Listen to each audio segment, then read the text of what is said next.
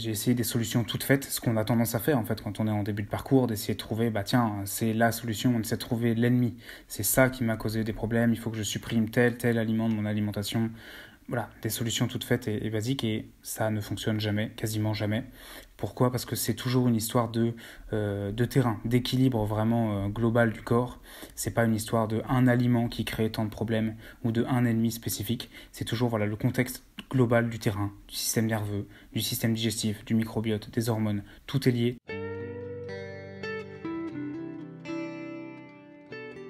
Bienvenue dans Pas de soucis, le podcast pour se libérer de l'anxiété avec Camille Thomas.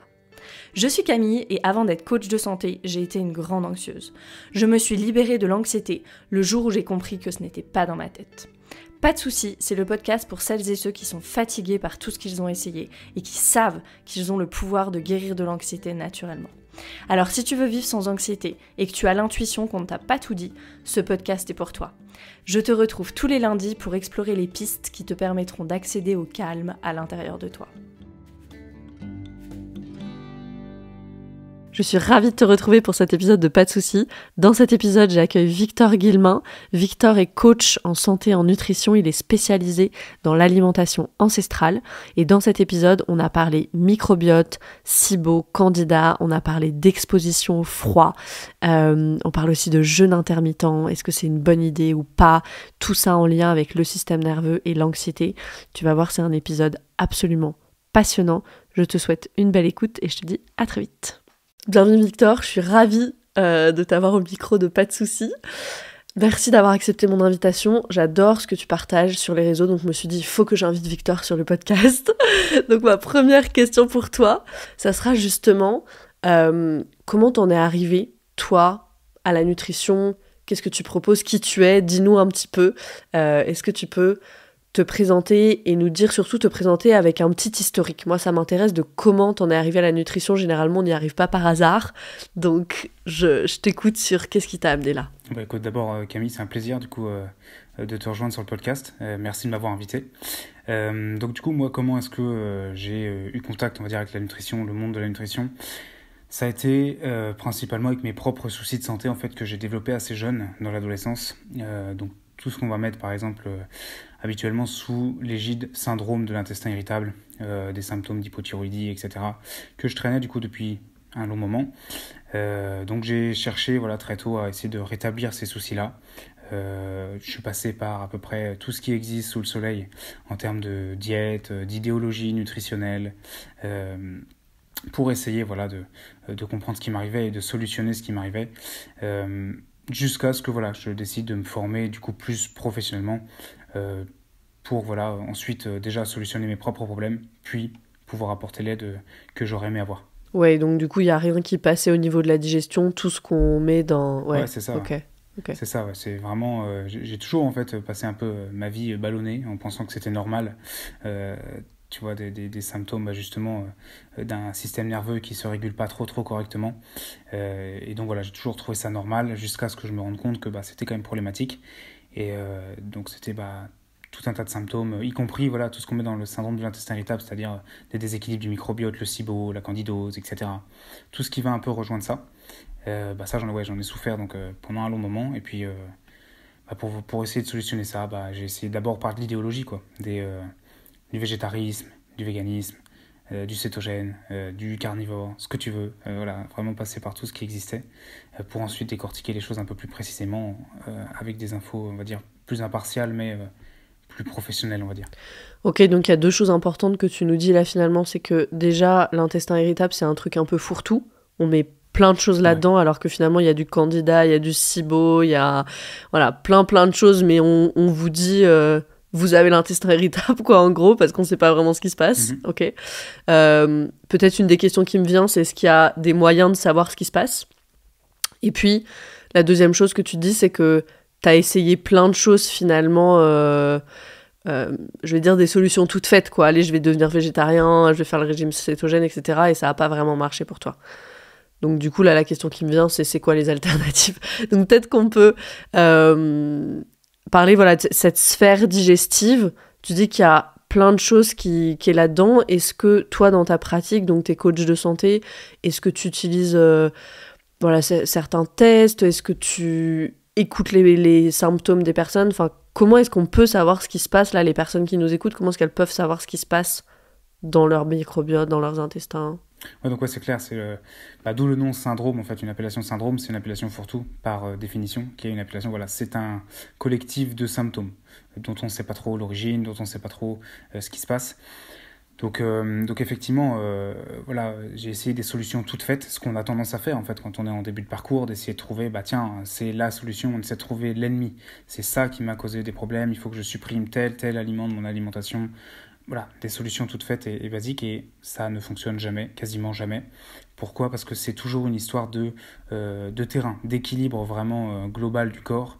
C'est pas une histoire de un aliment qui crée tant de problèmes ou de un ennemi spécifique. C'est toujours voilà, le contexte global du terrain, du système nerveux, du système digestif, du microbiote, des hormones. Tout est lié, tout est vraiment interconnecté.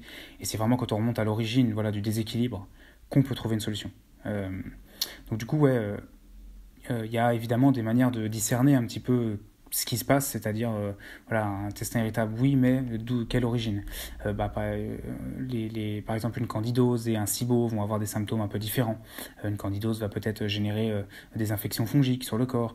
Un SIBO va peut-être créer plus une situation d'eczéma ou des choses comme ça. Où les ballonnements vont être différents, tu vois, vont être corrélés différemment avec tel ou tel aliment. Tu vas peut-être plus réagir au sucre si par exemple tu as une candidose, tu vas peut-être plus réagir aux fibres si par exemple, ou au FODMAP si par exemple tu as un SIBO.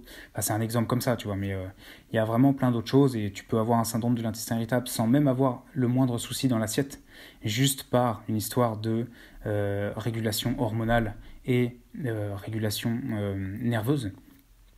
Donc sans vraiment réagir spécifiquement à tel ou tel aliment, mais réagir à peu près à tout. Parce que le problème n'est pas dans l'assiette, il est dans le terrain. Donc tu peux faire des tests, tu vois, on avait évoqué du coup le GI map, il y a pas mal de tests qui peuvent démontrer vraiment l'origine un peu plus précise du souci, mais ils ne sont pas toujours nécessaires. Même d'un point de vue symptomatologie, voilà, en fonction des différentes réactions qu'on a, des différents symptômes qu'on a, on peut discerner un petit peu l'origine de notre intestin irritable. Ouais, donc, et tu parles de...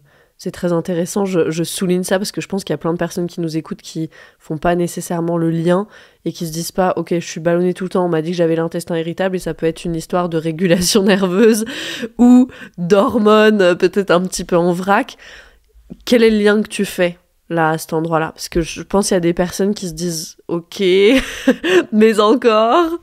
Ouais, c'est que souvent, voilà, quand on dit « Bah tiens, j'ai des soucis digestifs », c'est probablement le produit laitier qu'il y a dans mon assiette, c'est probablement tel aliment. En fait, il faut savoir que la digestion, donc voilà, c'est tout un système fonctionnel qui ne se déclenche par exemple que quand le système nerveux est en mode repos. Tu vois. Il y a plusieurs types d'activation du système nerveux, ça tu en sais quelque chose, mais en tout cas, pour que la digestion démarre, pour qu'il y ait des sécrétions par exemple gastriques, pour qu'il y ait des sécrétions enzymatiques, pour qu'il y ait des sécrétions de bile, pour qu'il y ait un bon péristaltisme, tout ça, ça repose sur l'activation du système nerveux en mode repos. Donc quand on va par exemple avoir un blocage du système nerveux par X raisons, par le stress a vraiment 1000 visages. Ça peut être du stress traumatique, hérité du passé. Ça peut être du stress psycho-émotionnel, du stress relationnel. Ça peut même être du stress toxique, si on est par exemple exposé à des toxines, des pesticides, des mycotoxines, des choses comme ça.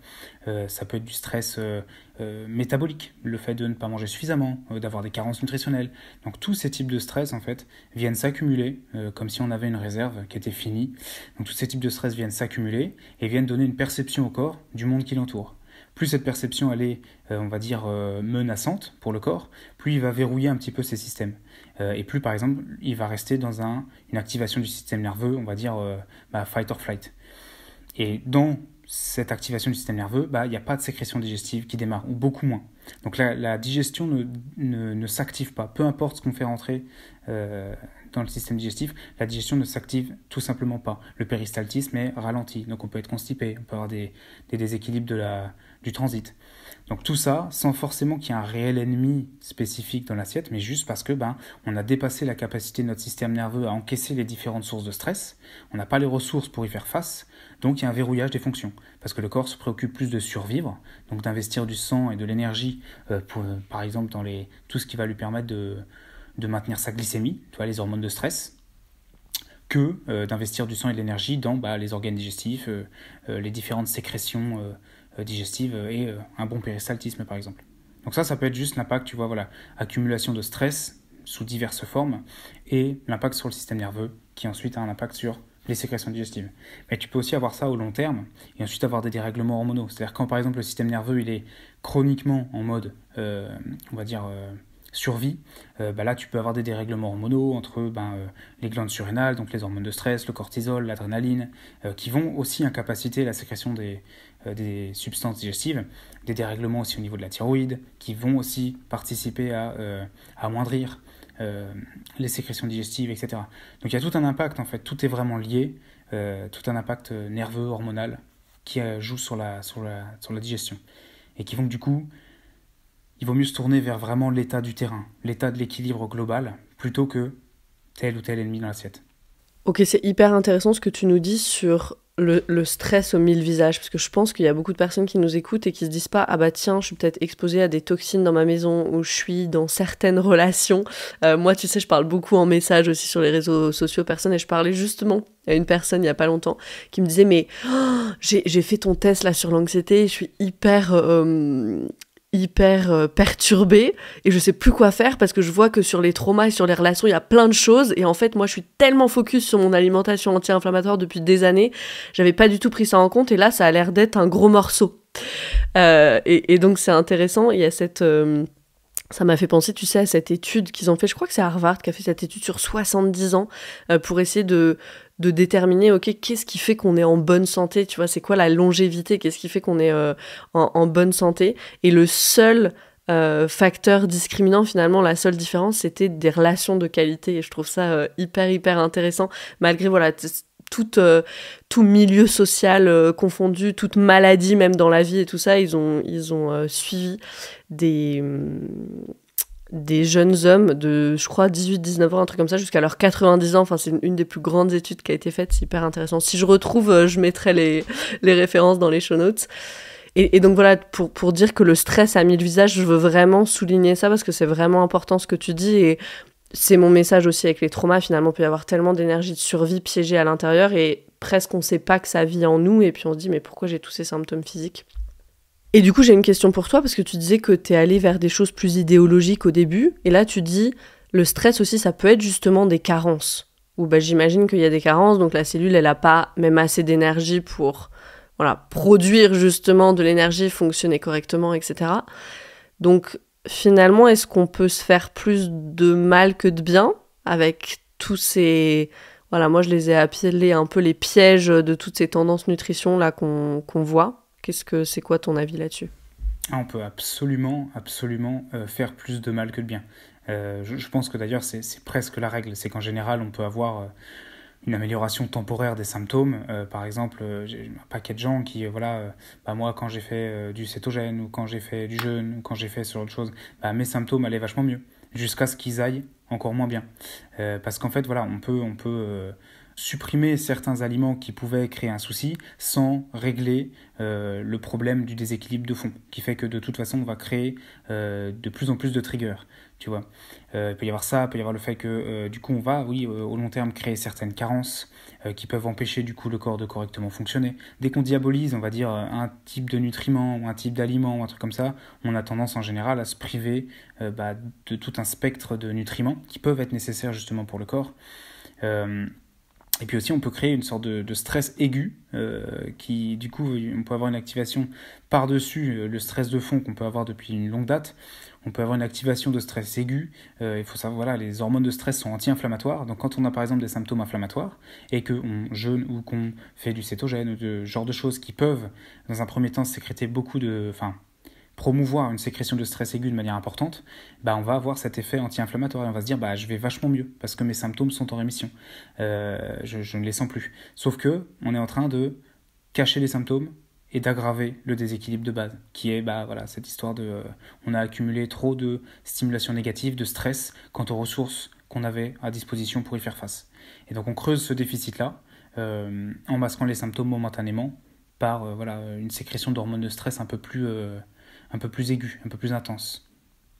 Mais par exemple, c'est ça, c'est que tu parlais des nutriments, donc aussi l'impact des nutriments sur les diverses fonctions, par exemple les fonctions digestives. Par exemple, pour sécréter de l'acide gastrique, on va avoir besoin de zinc, on va avoir besoin de chlorure, des choses qui vont parfois être diabolisées, c'est-à-dire pas le zinc ou le chlorure spécifiquement, mais par exemple les aliments où on trouve du zinc, ça peut être les protéines animales, le chlorure ça vient certainement du sel, voilà, c'est des aliments qui peuvent être diabolisés parfois. Donc on peut carrément mettre des groupes d'aliments et de nutriments de côté, alors qu'ils sont nécessaires pour toutes les fonctions. Là, c'est un tout petit exemple que pour la production d'acide gastrique, mais il y a plein d'autres éléments qui vont être nécessaires pour la santé globale, des vitamines, des minéraux dont on se prive quand on fait une alimentation, on va dire, très idéologique, sans forcément prendre la totalité de la situation.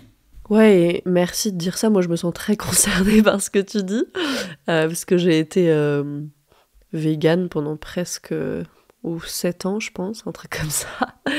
Et c'était pas facile aussi au niveau de la tête de...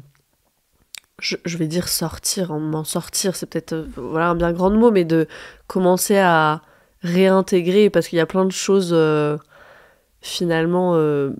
je vais les appeler éthiques ou idéologiques, mentales, psychologiques, tu vois, qui étaient venues se greffer finalement sur l'assiette et sur l'alimentation. Il y avait un truc de je veux plus me nourrir d'autres êtres vivants, et c'est vraiment, et je suis encore dans le process, moi par exemple.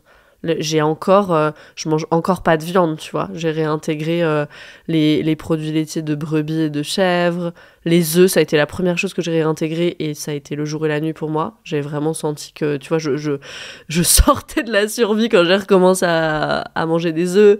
J'ai réintégré après les petits poissons gras, tu vois, vraiment petit à petit. Et puis parce que ça collait à, les œufs, les petits poissons gras, c'est ok dans l'alimentation anti-inflammatoire. Donc il y avait un truc de, c'est ok pour moi, mais ça a été vraiment, vraiment. Et c'est encore, je vois un process. Donc c'est vraiment intéressant ça, et je pense que là on fait vraiment lien avec toute la rigidité que peut apporter le trauma en fait. Parce que le trauma il nous rend rigides et on peut avoir cette sensation qu'on contrôle plus rien aussi dans notre vie, et l'assiette c'est un truc finalement facile à contrôler.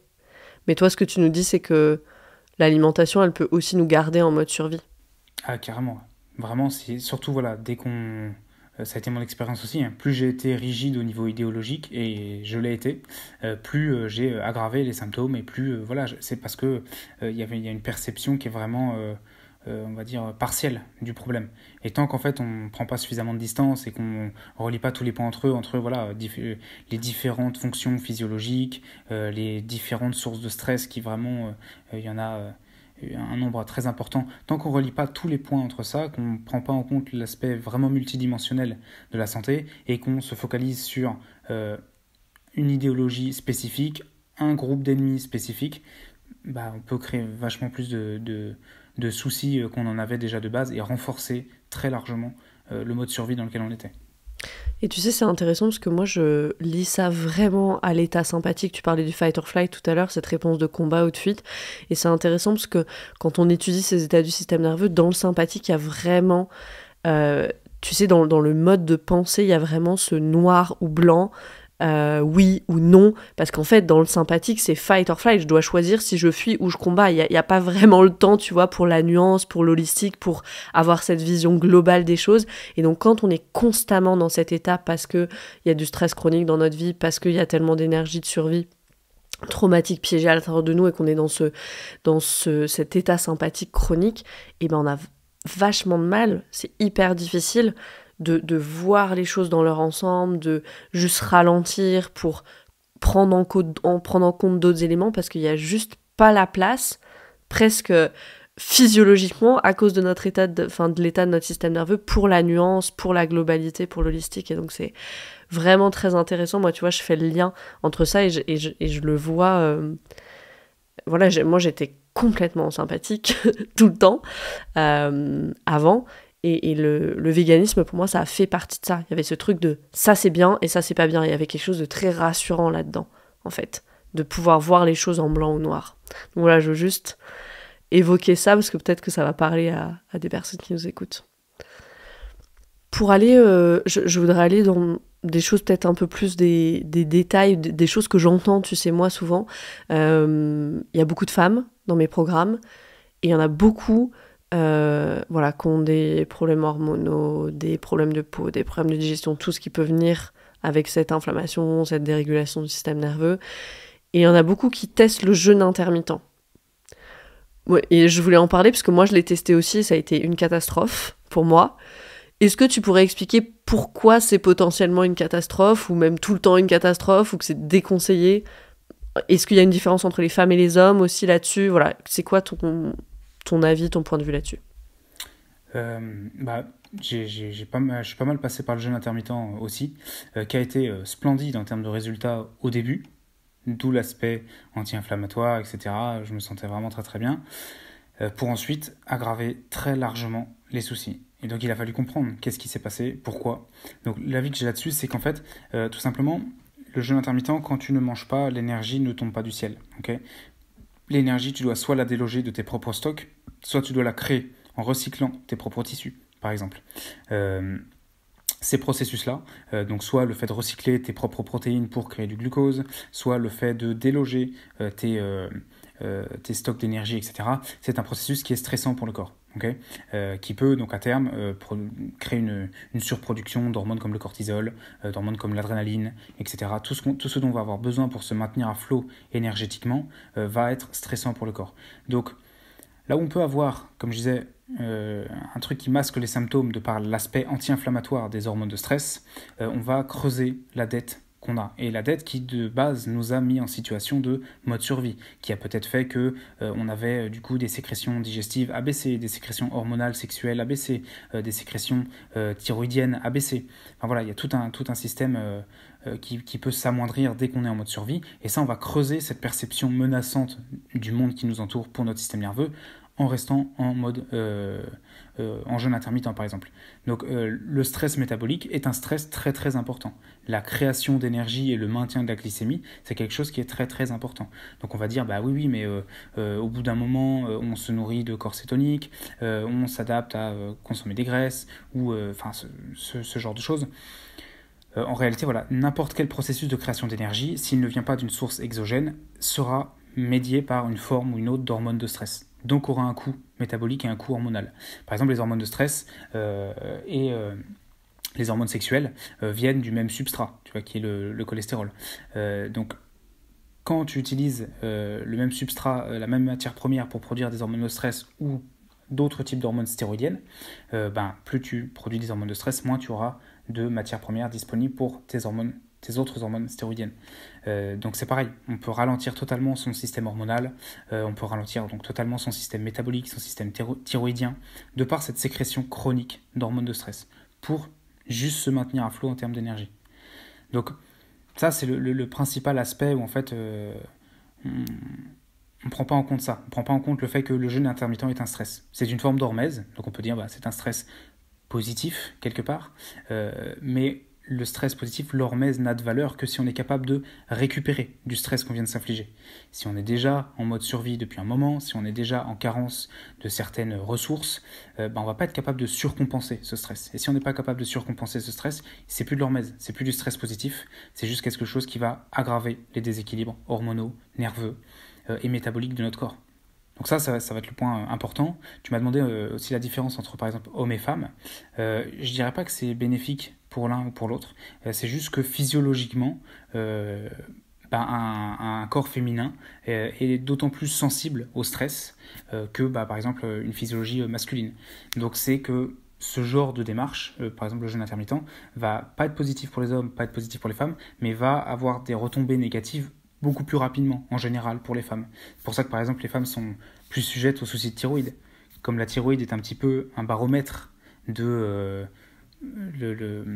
l'environnement, de perception de l'environnement, voilà, si c'est menaçant, on fait des économies d'énergie. Si c'est une période d'abondance, on dépense l'énergie correctement dans tous les systèmes du corps.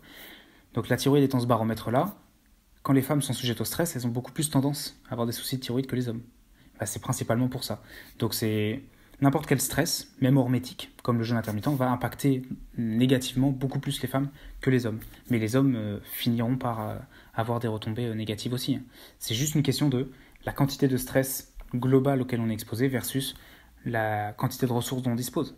Donc tant qu'on a des ressources pour faire face à ça, on encaisse. jusqu'à ce qu'on n'en casse plus.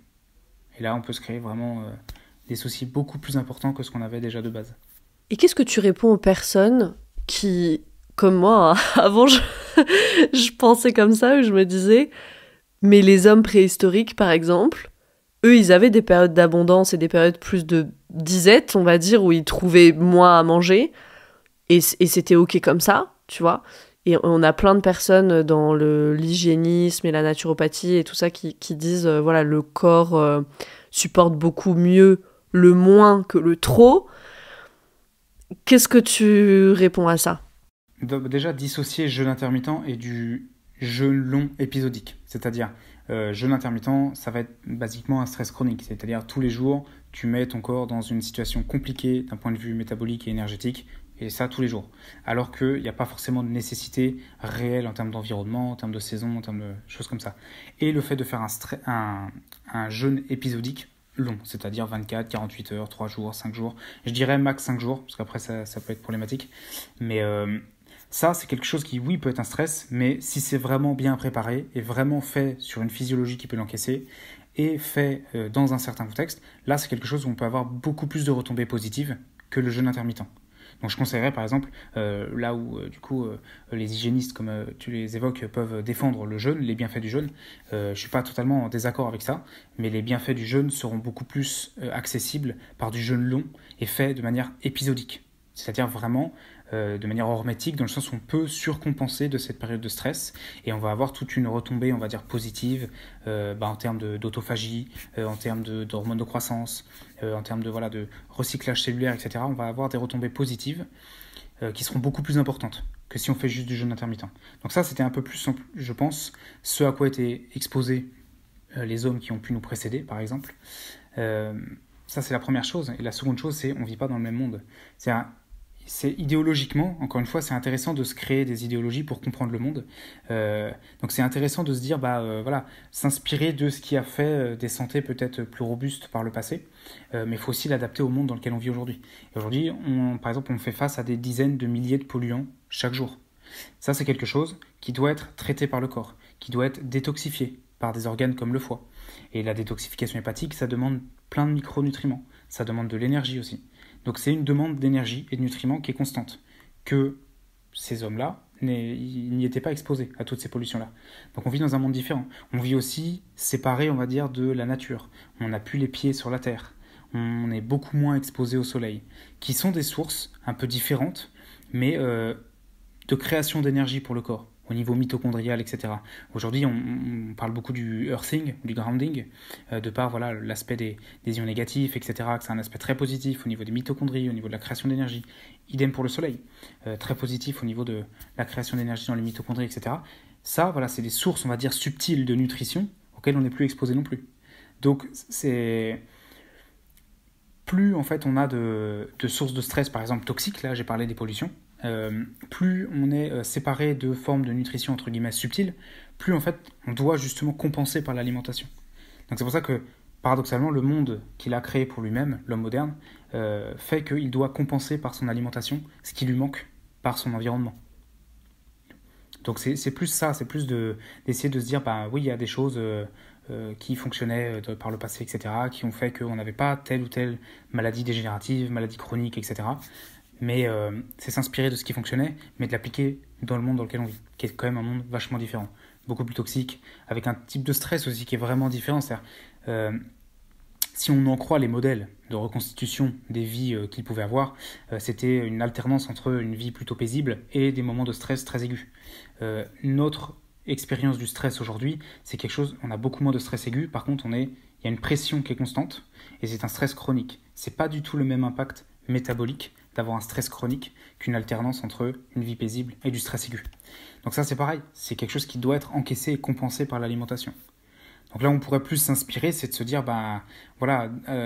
quels aliments on avait accès, quels nutriments contiennent ces aliments, et l'impact de ces aliments sur la santé. De se dire plutôt il y avait une richesse micronutritionnelle qui était autre, et ça peut être très bénéfique pour la santé, donc de s'inspirer de ça. Pour le reste, il faut vraiment voir le contexte pour pouvoir adapter son idéologie avec le monde dans lequel on vit actuellement. Ouais, effectivement, j'avais entendu, honnêtement, je sais plus si c'était une coach de santé, mais qui disait, finalement c'était que 1/3 de l'énergie qui venait de la nutrition quand on parle voilà, de ce mode de vie plus ancestral. Il y avait tous les ions et les minéraux, de l'eau, tu vois, de boire l'eau des rivières, d'être exposé au soleil, tout ce que tu disais. Et finalement, c'est que 1/3 de l'énergie qui venait de la nutrition. Aujourd'hui, j'y peux imaginer que c'est beaucoup plus parce que justement, on n'a plus tous ces bons facteurs environnementaux et notre environnement, il nous attaque plus qu'il nous nourrit, quoi, aujourd'hui, finalement. Oui, exactement. Je veux revenir juste sur le point, tu as prononcé ce mot d'hormèse. Je sais pas si toutes les personnes qui nous écoutent savent exactement ce que c'est. Est-ce que tu peux juste nous dire quelques mots sur la loi de l'hormèse? Qu'est-ce que c'est? Pourquoi est-ce qu'elle peut être bénéfique? Comment l'utiliser à notre avantage, j'ai envie de dire, et dans quel contexte? Parce que tu disais que c'est pas dans tous les contextes, justement. La loi de l'hormèse, c'est en gros le fait de stimuler le corps en l'exposant à une certaine quantité de stress.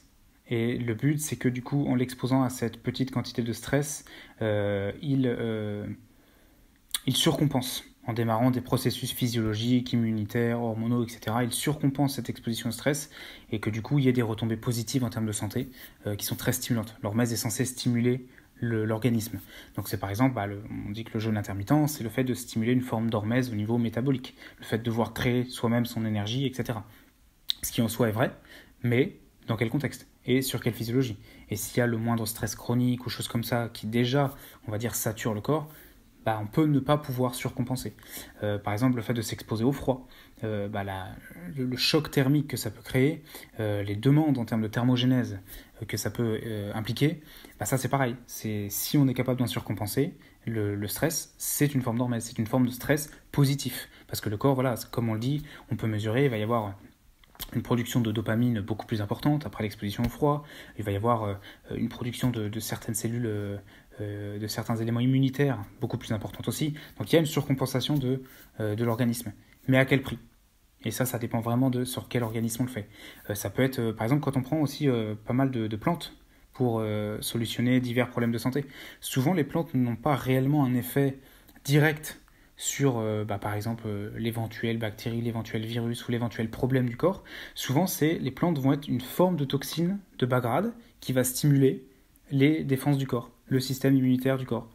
Donc c'est pareil, on peut se dire qu'il y a pas mal de plantes, il y a pas mal d'huiles essentielles ou de choses comme ça qui vont être de l'ordre de l'hormèse, qui vont par exemple apporter un petit stress, une forme de toxine en fait au corps qui va faire qu'il va surcompenser au niveau immunitaire ou au niveau détoxification.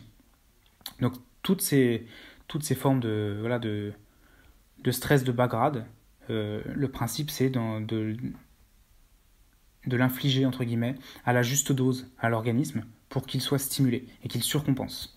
Donc c'est une loi très intéressante qui peut d'ailleurs avoir beaucoup de vertus à l'ère moderne, qui est, on va dire, l'ère du confort peut-être trop abondant dans un certain point, mais pour tirer vraiment les bénéfices de cette perception, de cette idéologie-là, il faut le faire dans un certain contexte. Il faut le faire sur des physiologies qui ont les ressources pour surcompenser. C'est hyper intéressant, je veux partager mon expérience personnelle ici parce que moi j'ai beaucoup fait les bains froids. J'habite ici en Slovénie donc j'ai accès à des magnifiques sources cascades et tout, très froides. Et c'est intéressant parce que je le faisais il y a 2 ans. Et je le faisais, je me sentais vraiment bien. Il y avait vraiment une forme d'addiction, hein. Enfin, j'avais besoin d'y aller tous les jours, quoi, faire le bain froid. Et maintenant que, là, ces 2 dernières années, j'ai beaucoup travaillé sur mon système nerveux, il y a des couches de figement qui se sont relâchées, et donc je sens beaucoup plus mon corps, et je peux plus rester autant dans l'eau froide. Et quand je sors de l'eau froide et que je suis restée un petit peu trop longtemps, je tremble, et j'arrive pas à me réchauffer pendant des heures, les heures qui suivent. Donc je vois très bien que c'était beaucoup trop en fait pour mon organisme et que mon organisme aujourd'hui il en est pas encore là et que les bains froids en fait ouais j'aime bien mais je sens que c'est pas bon pour moi quoi. Fondamentalement là maintenant en ce moment ça le sera un jour parce que je suis sur mon chemin de guérison mais pas aujourd'hui. Donc c'est pour corroborer et partager, illustrer, partager une expérience personnelle de ce que tu dis, ouais, c'est hyper intéressant et moi j'ai vraiment senti la différence, quoi. Ce que tu dis là, par exemple au bain froid, l'aspect addictif, tu peux être addict à l'exposition au froid pour la même raison que tu es addict au café. C'est pour cette surproduction en termes de dopamine. Ce qui peut être positif si on a besoin de stimuler sa production de dopamine pour les divers bienfaits qu'il peut y avoir. Mais voilà, ça peut être, quelque part, c'est une situation stressante. Le café est un stress pour le corps aussi. Et c'est pour ça qu'aussi qu'il aide à la production de dopamine. Donc l'aspect addictif, tu peux l'avoir en plus par rapport à tout ce qui va être... on peut avoir de l'addiction au sport aussi. Chose qui va créer un stress monstrueux pour le corps, métabolique. Mais on est addict aux hormones de stress et aux neurotransmetteurs correspondants, tu vois. Et là, le fait que, par exemple, les bains froids aujourd'hui, tu puisses plus surcompenser en termes de thermogénèse, c'est parce que, c'est pareil, il y a un prix de s'exposer au froid. Le coût, il est colossal en termes de thermogénèse. Ça, encore une fois, c'est régulé par la thyroïde, par exemple. C'est régulé aussi par les surrénales. La première réaction que tu vas avoir en te mettant dans le froid, c'est de créer de l'adrénaline. Donc, quelque chose qui, si tu en crées trop souvent, de manière trop régulière, peut être vachement délétère en termes d'équilibre hormonal. Donc il y a un coût qui est immense, tu peux faire de l'hypoxie aussi. C'est-à-dire que quand tu es exposé au froid, tes cellules vont... l'influx sanguin va être totalement changé. Tu vois, le sang va aller vers les organes, par exemple, vitaux. Et tu vas avoir une hypoxie, on va dire, au niveau de tout ce qui va être périphérique. Et l'hypoxie, c'est moins de sang égale moins d'oxygène. Moins d'oxygène égale vraiment des soucis pour les cellules, des soucis pour les mitochondries, etc. Si tu n'es pas capable de surcompenser ce manque d'oxygénation temporaire, ce manque de circulation temporaire, parce que le système n'a pas les ressources, tu crées beaucoup plus de dégâts que tu ne fais du bien. Ouais, j'avais écouté une interview avec des personnes qui sont des spécialistes du système nerveux. Ils parlaient justement des bains froids et des personnes qui peuvent être envahies de ce calme comme ça dans l'eau froide. Et en fait, quand on va dans cet état-là, c'est vraiment cet état dorsal du parasympathique, et c'est ça, c'est cette conservation d'énergie, c'est ce que tu dis, le sang qui va vers les organes vitaux, et c'est un peu, c'est super, t'es super calme parce que t'es en train de mourir, en fait, concrètement, là, dans l'eau, et il faut que tu sortes, genre, c'est trop, mais c'est vraiment ça, en fait. Et c'est pas du tout, du coup, là, ça nous permet juste de faire cette distinction, c'est pas du tout cet état parasympathique rest and digest dont tu parlais au début, dont on a besoin pour la digestion et pour que toutes les fonctions de l'organisme, elles se passent du mieux possible. Là, c'est vraiment différent. C'est le parasympathique de survie et c'est pas comment je vais dire ça ? C'est pas le bon parasympathique, je vais le dire comme ça, mais on veut pas diaboliser non plus cet état dorsal qui est hyper important dans les moments justement de stress aigu dont tu parlais. Si j'ai un gros accident, que je commence à saigner, je suis très heureuse que mon système se mette au ralenti et en mode survie. Donc on en a besoin, mais on n'en a vraiment pas besoin au quotidien. Donc c'est ce que tu nous dis. C'est quoi les principes ? Là, on est parti un peu dans l'eau froide et tout ça, mais je voudrais revenir dans l'assiette juste un instant. Tu parles pas mal de nutrition ancestrale. Du coup, tu l'as évoqué, mais super rapidement. Là, il y a des micronutriments qui sont intéressants. On peut s'inspirer de ce que faisaient les hommes qui nous ont précédés, en ayant à l'esprit que on n'a plus le même mode de vie aujourd'hui. Est-ce qu'il y a des grands principes de cette nutrition ancestrale? Est-ce qu'il y a peut-être plus que des grands principes, des conseils que toi tu donnes très régulièrement, des choses qui reviennent? C'est quoi un petit peu le b.a.-ba de la nutrition ancestrale pour toi? Paradoxalement, tout à l'heure, je disais, oui, attention, faut pas tomber dans l'idéologie nutritionnelle. Et j'ai un cheval de bataille qui est une idéologie nutritionnelle, l'alimentation ancestrale. Mais en fait, justement, c'est un paradoxe, mais pas tant que ça, dans le sens où la perception nutrition ancestrale a été celle qui a, on va dire, réconcilié tous les prismes. Il n'y a pas spécialement, tant que c'est un aliment, tant qu'il est naturel, tant qu'il n'y a pas spécialement d'ennemis spécifiques ou de vraiment de choses à bannir totalement, tout un groupe d'aliments, tout un groupe de nutriments à bannir. Donc ça a été vraiment plus le prisme qui a réconcilié le tout et qui a, on va dire, changé les choses en termes d'arrêter de percevoir les ennemis sous forme de des menaces secondaires. Souvent on dit, non, tel aliment, il va être acidifiant, tel aliment, il va être inflammatoire, tel aliment, il va être ci, il va être ça. Et c'est de penser plus en termes de nutriments, dans le sens où le corps fonctionne et régule absolument tous les processus au moyen des nutriments. Et en fait, c'est un peu comme si on pouvait vraiment simplifier la santé en termes de carence nutritionnelle. C'est-à-dire que le corps sait faire absolument tout ce dont il a besoin de faire par rapport à son environnement, par rapport à toutes les formes de stress, par rapport à tout ça. Il sait tout gérer à partir du moment où il a suffisamment de nutriments pour le faire. Et donc en fait c'est plus d'avoir ce prisme-là, plutôt qu'un prisme exclusif en termes de tel ou tel aliment ont entre guillemets des menaces secondaires, de penser si j'apporte plutôt tel nutriment, mon corps va fonctionner de telle manière, mon foie va correctement détoxifier, mon intestin va correctement marcher, je vais produire suffisamment d'acide gastrique ou de telle hormone ou de telle autre. C'est vraiment de changer de prisme et de voir l'alimentation comme une fondation, pas comme un royaume de restrictions. C'est vraiment mettre en place une fondation nutritionnelle qui te permette donc d'encaisser, on va dire, la totalité du monde et de la vie. Donc les prismes, c'est vraiment très simple, les prismes d'une alimentation ancestrale, ça va être d'essayer de privilégier les aliments absolument bruts, absolument non transformés, des aliments que tu peux trouver à l'état naturel. Et quand c'est des aliments qui sont un peu plus compliqués à digérer, de les préparer correctement. Donc vraiment la genèse de l'alimentation ancestrale, c'est les travaux de Weston Price, tu sais, qui était un dentiste qui allait étudier toutes les populations, on va dire, qui étaient encore indigènes à l'époque où de notre côté on démarrait la révolution industrielle. Et eux n'avaient pas été exposés donc aux aliments industriels, ils étaient encore en train de consommer des aliments naturels, etc. Et il a vu une vraie différence de santé, une vraie différence de vitalité, une vraie différence au niveau des dents. Bon, lui était dentiste, donc ça l'intéressait particulièrement, mais c'est quand même un beau miroir de la santé. Il y avait une vraie différence en termes, il n'y avait pas de maladies dégénératives, de maladies chroniques chez eux, etc. Et pour la simple et bonne raison que ils avaient une alimentation vraiment brute, non transformée, qui se trouvait à l'état naturel, qui était correctement préparée quand les éléments n'étaient pas forcément digestes, parce que la digestibilité, c'est aussi très important. C'est-à-dire qu'il faut que ce soit riche en nutriments comme aliment, mais il faut que ce soit aussi biodisponible, digeste.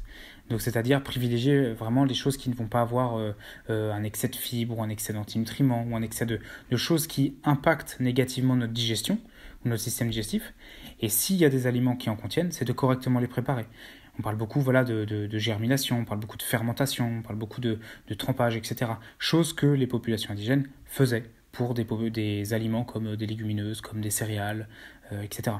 Ils préparaient toujours correctement les aliments qui étaient les moins digestes pour que ça ait un impact le moins négatif possible sur leur système digestif, et ils consommaient tout ce qui pouvait être accessible et le plus nutritif possible, ils le consommaient autant qu'ils pouvaient. Et donc ça inclut des choses qui sont souvent diabolisées aujourd'hui, comme des graisses animales, comme des abats, comme des protéines animales en tout genre. Ça inclut les fruits de saison, les légumes, les tubercules de saison, etc.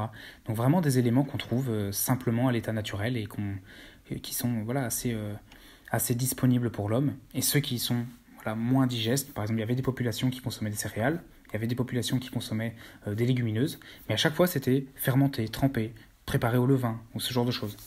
Donc les préceptes, très simplement, c'est ça, c'est riche en nutriments, naturels, bruts, non transformés, et disponibles à l'état naturel, et correctement préparé, s'il y a une forme de complexité digestive.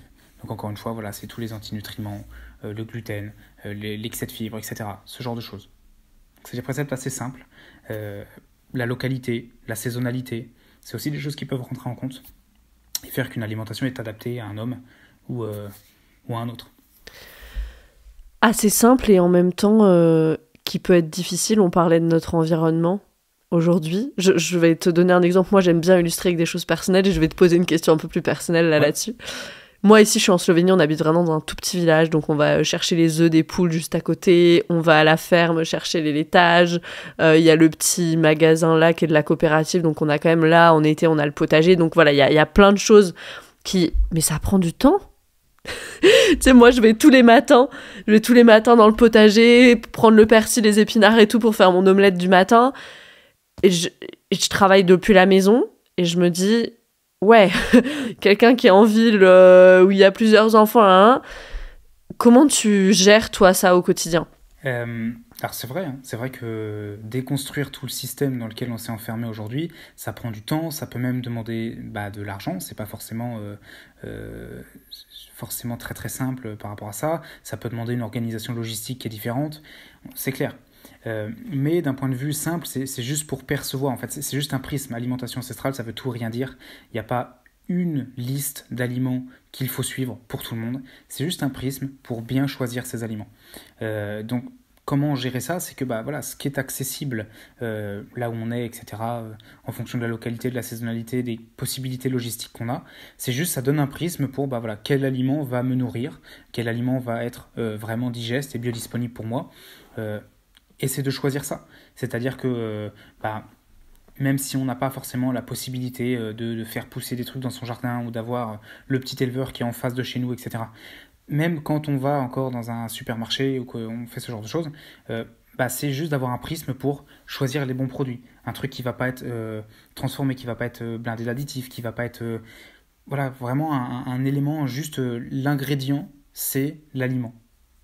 C'est vraiment, il n'y a pas de liste d'ingrédients, c'est juste, tu choisis des aliments élémentaux, et de ça, tu fais au plus simple...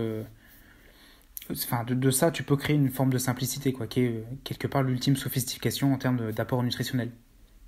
Donc voilà, c'est plus juste un prisme pour bien choisir les aliments qu'on met dans notre alimentation. Ensuite, vraiment, on peut individualiser avec les goûts, les possibilités logistiques, financières, les possibilités au niveau des saisons, au niveau de la localité. Enfin, c'est vraiment à individualiser, mais ça nous donne un prisme. Juste de qu'est-ce qui va rentrer, qu'est-ce qui va nourrir ton corps de manière digeste, sans que ton système digestif ait à travailler beaucoup, qui va apporter tous les micronutriments et les macronutriments dont tu as besoin pour bien fonctionner, et voilà, qui est brut dans son état naturel, sans additifs, qui n'a pas été dénaturé, qui n'a pas été... parce que d'un aliment, par exemple, on va reprendre les produits laitiers, tu parlais du fait que tu allais chercher ton lait, d'un aliment à l'état brut et naturel, tu peux créer quelque chose d'assez toxique. Juste par le processing. Par exemple, des produits laitiers. Aujourd'hui, on entend beaucoup, les produits laitiers, c'est inflammatoire, c'est acidifiant, c'est mauvais pour la santé, ça crée des mucosités, etc. Par exemple, les produits laitiers crus disposent encore d'enzymes, disposent encore de bactéries. Les protéines n'ont pas été dénaturées, elles sont en très bon état. Pareil pour les acides gras. Donc tout ça va être beaucoup plus digeste. Tous les ferments, les enzymes, les bactéries, etc. vont aider à la digestion, par exemple, du lactose. Il va y avoir une petite portion de lactase. Donc de cet aliment qui est vraiment complet, d'un point de vue nutritionnel, mais aussi microbiotique, etc., qu'on peut dont on peut se nourrir très bien, qu'on peut vraiment assimiler, on peut créer un poison, par exemple, en le stérilisant. Et là, on va détruire tout ce qui va être enzyme, on va détruire tout ce qui va être microbiotique, on va dénaturer les protéines, on va dénaturer les acides gras, et on va créer un produit qui du coup est indigeste et potentiellement inflammatoire. Du même aliment, en fonction de la transformation, on peut avoir un aliment qui est très très nourrissant, très très bon pour la santé, et un aliment qui est totalement acidifiant, indigeste, inflammatoire, juste par la transformation. C'est un exemple parmi d'autres. Ouais, on le voit clairement. Moi, je suis pas encore revenue à la vache. Justement, ça c'est une question que j'ai. Est-ce que du coup, selon toi, toutes les allergies qu'on voit aujourd'hui, c'est dû à ce mauvais traitement, je vais le dire comme ça, des aliments? Parce que tu vois, je vais te prendre mon exemple. Ma mère et moi, par exemple, des tout petites, des tout bébés, c'était impossible le lait de vache, tu vois, c'était tout de suite de l'eczéma partout et tout, et c'est intéressant de voir que des bébés, tu vois, bon, on sait qu'il y a toutes les toxines qui passent in utero et tout ça, mais du coup, on a créé ces allergies finalement. Alors c'est vraiment plurifactoriel, on va dire. Déjà, il faut savoir que les tout petits enfants ont de base un intestin qui est poreux. Okay, c'est comme ça que s'initie le système immunitaire, en s'exposant justement à diverses stimulations. Donc déjà, c'est pour ça qu'on peut rapidement créer des réactions quand on est à cet âge-là. Mais au-delà de ça, ensuite, quand on évolue, quand on grandit, etc., on peut quand même rester avec des allergies, des intolérances, ce genre de choses. Et c'est là où ce qui va être vraiment important, c'est l'état de la muqueuse intestinale. Donc la porosité, ensuite, elle n'est pas censée se maintenir. Et il y a énormément de choses qui peuvent agir sur la porosité intestinale, notamment les toxines. Tu parlais des toxines qui peuvent se transmettre de la mère à l'enfant, ou les toxines qu'on a dans l'environnement, ou les toxines qu'on peut avoir. Il y a plein de produits qui nous entourent qui peuvent être toxiques. Ce genre de choses peuvent détraquer la muqueuse intestinale très rapidement, même étant enfant, tu vois. Et par exemple... Le lactose, la digestion du lactose se fait au moyen de l'enzyme lactase. L'enzyme lactase qui est sécrétée par l'intestin. Donc on dit souvent, oui, une fois qu'on est adulte, on ne sécrète plus l'enzyme lactase, donc on ne peut plus digérer le lactose. On dit aussi souvent qu'il y a certains types de personnes qui ne peuvent pas digérer le lactose de base, génétiquement, parce qu'ils n'ont pas l'enzyme lactase. Sauf que on observe que cette production d'enzyme lactase, elle est vraiment modérée par l'état de la muqueuse intestinale, parce que c'est la muqueuse intestinale qui produit cette enzyme-là. Et ça peut aussi être lié à l'équilibre hormonal. Par exemple, les œstrogènes. La quantité d'œstrogènes peut influer sur la production d'enzyme lactase. Les histamines, si on est réactif aux histamines, donc des allergies en tout genre, même environnementales, peuvent influer sur la production d'enzyme lactase. Donc il y a plein d'éléments, mais tout se rejoint à peu près sur la qualité de la muqueuse intestinale. Il y a beaucoup de peuples qui, par exemple, n'avaient pas le gène qu'on reconnaît comme étant le gène de persistance de l'enzyme lactase, comme par exemple les peuples de Mongolie, etc., et qui consomment énormément de produits laitiers. Et souvent, c'est des produits laitiers soit crus, soit fermentés, etc. Et ils le digèrent très bien puisque ça fait des années et des années que c'est la base de leur alimentation. Donc, je pense qu'on se crée beaucoup d'allergies et d'intolérances de par le processing déjà des aliments. C'est-à-dire que si de base on a un aliment qui est intrinsèquement indigeste, de toute façon, ça va être beaucoup plus difficile de le digérer et ça, à terme, peut créer de l'inflammation et de la porosité intestinale.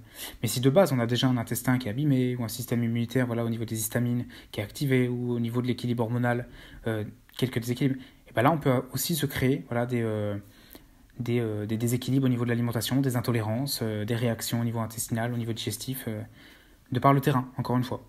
Donc ça peut être le processing des éléments et ça peut être le terrain, l'exposition aux toxines, etc. Mais c'est rarement un aliment comme ça qui a été consommé depuis des éons.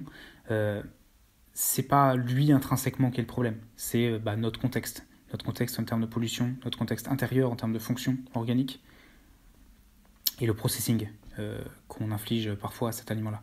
Je pense que c'est plus ça qui du coup va vraiment définir pourquoi on peut créer des allergies si tôt, par exemple. Une question, je voudrais revenir un petit peu spécifiquement sur l'anxiété.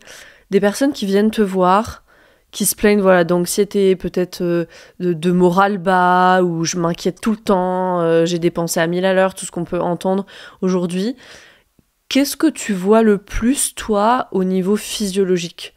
Est-ce que ça a plus un rapport, j'imagine que tu vas me dire les deux, mais avec le microbiote, avec les hormones. Ce qui m'intéresse, c'est qu'est-ce que tu observes qui est fréquent en lien avec la santé mentale et peut-être plus spécifiquement avec l'anxiété parce que c'est pas la même problématique, la déprime, un moral bas. Parce que moi, c'est ce que je rencontre beaucoup dans les personnes que j'accompagne. Souvent, ce qui peut se passer, tu parles de l'aspect microbiote, souvent des personnes qui vont avoir des soucis d'anxiété, mais même si c'est un problème qui est différent d'un point de vue psychologique, au niveau physiologique, on retrouve souvent les mêmes soucis.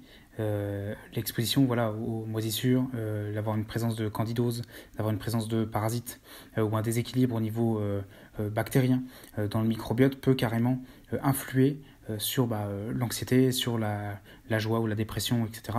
Dans le sens où le microbiote va lourdement influer sur la production de neurotransmetteurs. On parle souvent de la sérotonine, mais il n'y a pas du tout que ça. Même au niveau de la production de dopamine, même au niveau de la production des autres neurotransmetteurs, l'équilibre des neurotransmetteurs entre eux. Donc tout le fonctionnement cognitif peut être très grandement impacté par justement la qualité du microbiote. Donc ça c'est important. Donc qualité du microbiote dit qualité de la digestion. Mais qui dit qualité de la digestion dit aussi qualité de l'équilibre hormonal et du système nerveux, etc. Donc tu vas avoir cet impact microbiotique, mais tu vas aussi avoir l'impact hormonal. Souvent ça va être des personnes qui justement sont en mode survie depuis longtemps, qui sont en sécrétion de stress chronique, peu importe la stimulation, qu'elle soit encore une fois psycho-émotionnelle, relationnelle, toxique, métabolique, nutritionnelle, tous les types de stress, mais qui justement sont dans cet état de survie, et que du coup il y a une capacité à tolérer le stress, à encaisser le stress qui s'est vraiment amoindrie. Et du coup, on va avoir des gens qui... Il n'y a plus la régulation du système nerveux qui se fait correctement. Parce que il y a eu une sécrétion d'hormones de stress trop importante sur trop longtemps. Donc ça peut souvent être le cas. On peut avoir aussi pas mal de carences micronutritionnelles, tout simplement des carences en vitamine B, des carences en certains acides aminés. Parce qu'on sait que justement, que ce soit les vitamines B ou les acides aminés qui viennent des protéines du coup, ont un impact aussi très important sur la production des neurotransmetteurs, sur la production des hormones thyroïdiennes, donc tout l'aspect, sur la détoxification hépatique aussi. Donc par exemple, quand on est saturé de toxines et qu'on a besoin que notre foie travaille correctement pour pouvoir détoxifier les éléments et les évacuer, c'est quelque chose qui peut être problématique si on est en situation de carence. Parce qu'encore une fois, on a besoin d'acides aminés, donc de protéines complètes, de tout le spectre. On a besoin de vitamine B, on a besoin de minéraux, de vitamines liposolubles, etc. Si on manque de ces éléments-là, au niveau de la production des neurotransmetteurs, au niveau de la détoxification des toxines hépatiques, qui peuvent aussi venir du microbiote, encore une fois, tout est vraiment lié, ça se passe mal. Ça se passe mal, c'est ralenti, etc.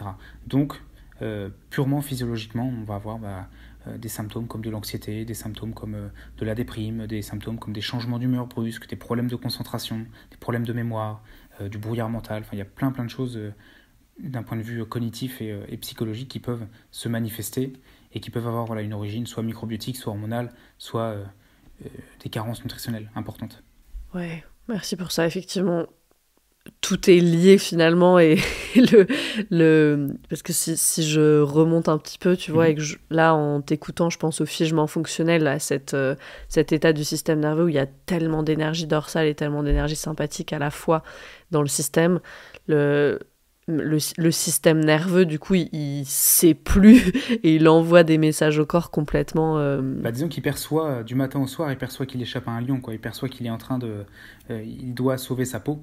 Et comment être régulier au niveau émotionnel, au niveau psychologique, si ton corps perçoit constamment qu'il est en train d'échapper à un lion?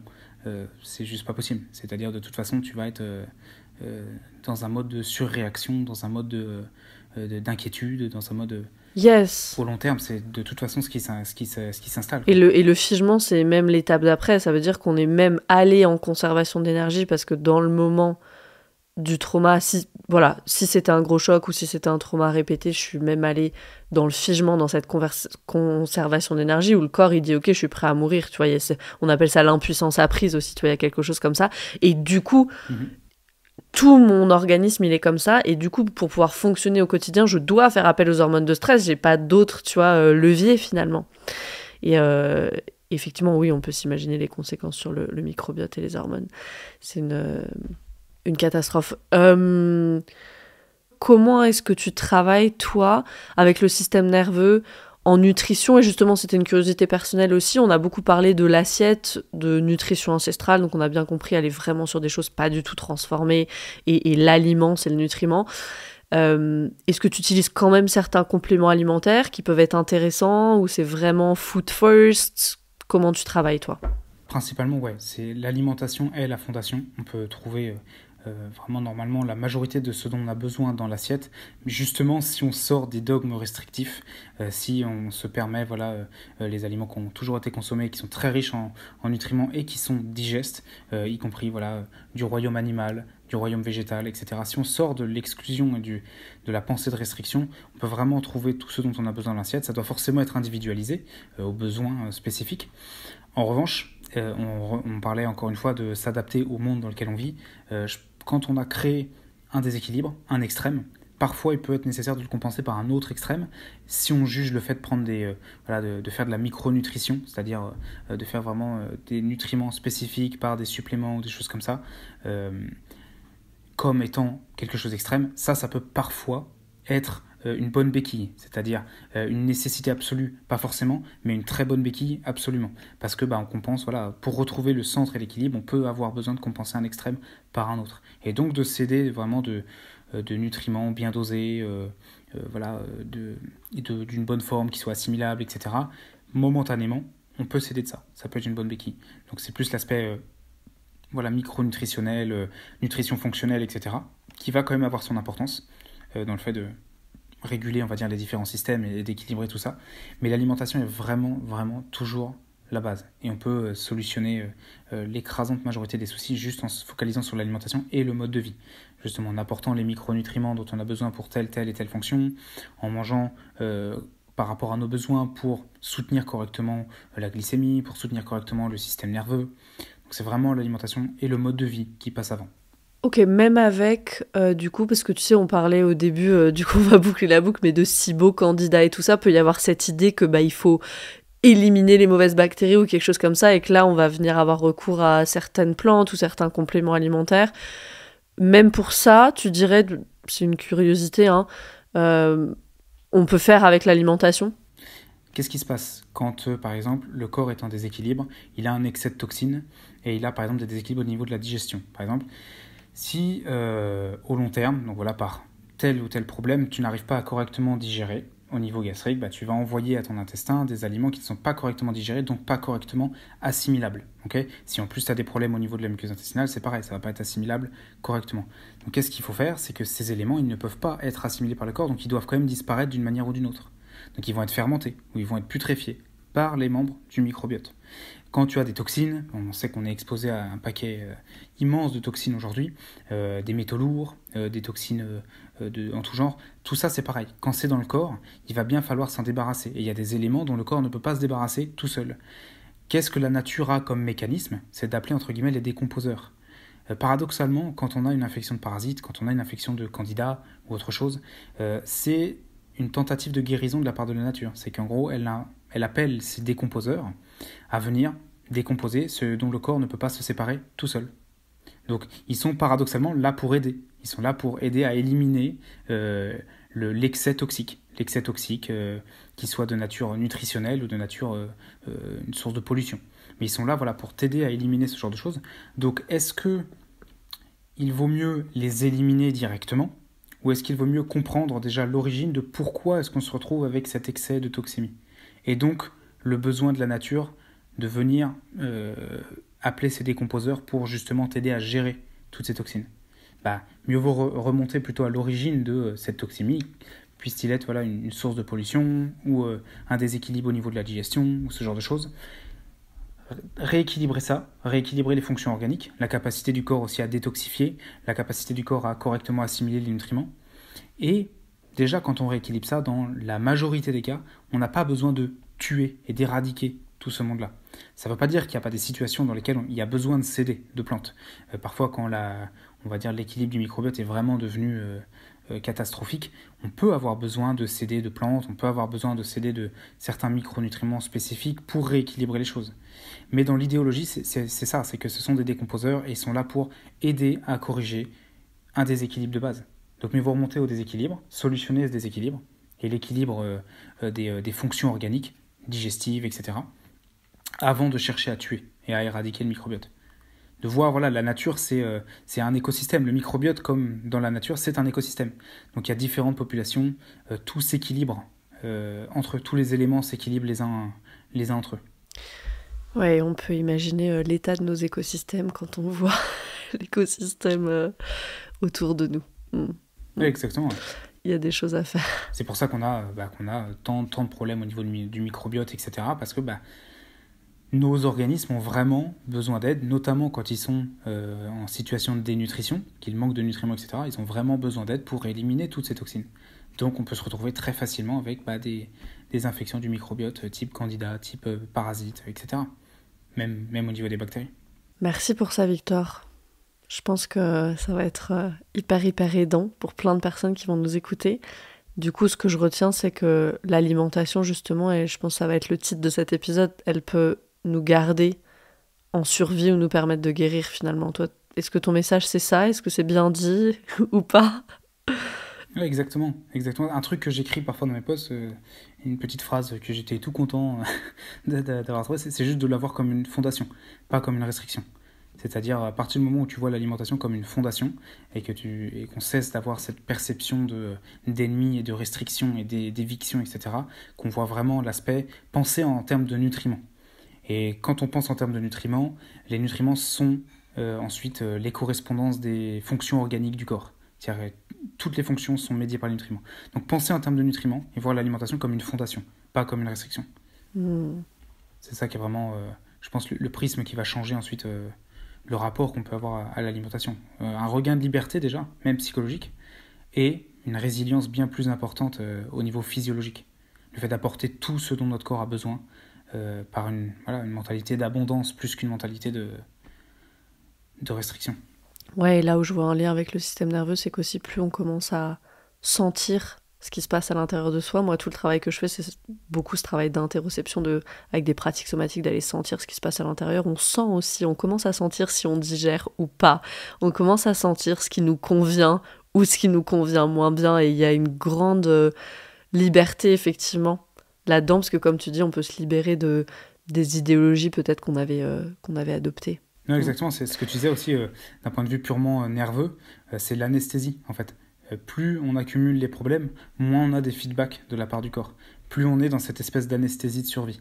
Et plus on récupère on va dire une résilience et une santé, plus on va aussi retrouver les sensations du corps. Vraiment, il nous guide à nouveau vers ce qui est bon, ce qu'il aime pas, etc., ce qui fonctionne pour lui.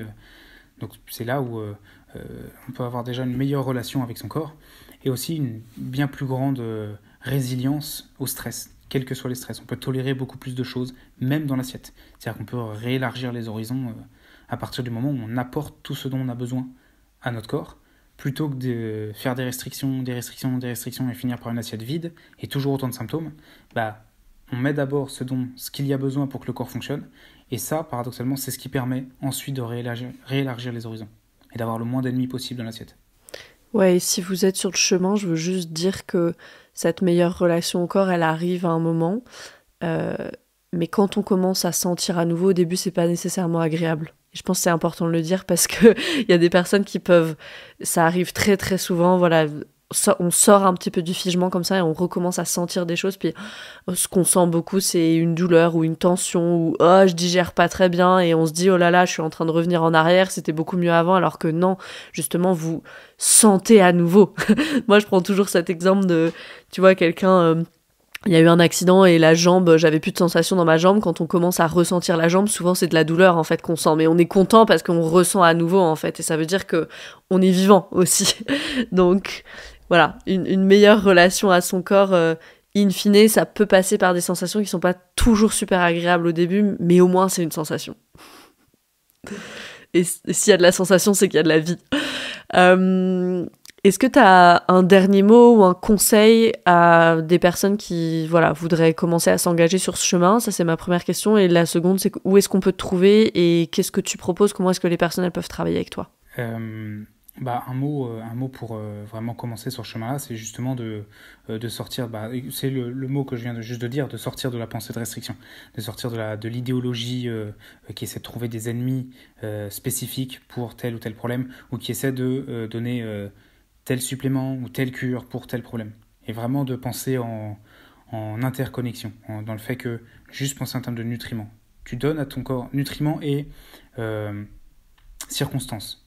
Donner les circonstances et les nutriments à ton corps, ce dont il a besoin pour fonctionner, et ensuite, lui fera tout le travail complexe, de ne pas essayer de faire l'alchimiste à sa place. C'est lui qui fera l'alchimie de tout ça, on lui donne juste les matières premières. Et vraiment de lui apporter ça de manière la plus complète possible, tangible comme subtile, tangible par l'alimentation, subtile par des bonnes circonstances de vie, par des relations nourrissantes, par un environnement qui nous convient. Lui donner ces éléments-là, et ensuite il sera capable, lui, de faire le travail, de rééquilibrer tout ce qui a été déséquilibré avec le temps. Plutôt que d'essayer de faire la chirurgie soi-même de manière isolée, avec telle restriction, telle cure, tel supplément, tel machin. Juste de sortir de cette pensée-là et d'adopter du coup une pensée un peu plus abondante, plus riche. Ça, ce serait juste pour le point. Et ensuite, où est-ce qu'on peut me trouver? C'est ça que tu me demandais, ouais. Donc, pour l'instant, ma principale vitrine, c'est sur Instagram. On peut me trouver sur santé ancestrale, santé-ancestral, sur Instagram. Et voilà, j'ai un site internet. Et du coup, je fonctionne sous forme d'accompagnement, de suivi. Donc, c'est des suivis, des coachings des coachings mensuels où on a plusieurs consultations, où on a des échanges par message, etc. Un accompagnement assez suivi, assez proche pour vraiment pouvoir mettre en place du coup une alimentation et un mode de vie qui fonctionne au mieux, qui donne justement tous les éléments dont on a besoin pour retrouver la santé. Donc je fonctionne comme ça, sous forme de coaching. Merci infiniment Victor. Pour vous qui nous écoutez, allez lire les posts de Victor sur Instagram. C'est plein de bon sens, c'est plein de connaissances, plein d'esprit, c'est hyper bien écrit. Donc je vous conseille absolument son contenu. Et voilà, si vous voulez travailler avec Victor, contactez-le via Instagram, via ton site internet. On peut te trouver. Merci infiniment pour cet échange qui était hyper éclairant, hyper instructif et qui va en aider plus d'un et plus d'une, j'en suis sûre. Merci Victor et je te dis à très vite parce que je te réinviterai sur le podcast, c'est sûr. Donc merci. Merci à toi Camille, merci pour l'invitation. Merci et à bientôt, on se dit à bientôt. Ouais, à très bientôt. Merci pour l'invitation, c'était un plaisir aussi d'échanger avec toi et au plaisir de réitérer l'expérience.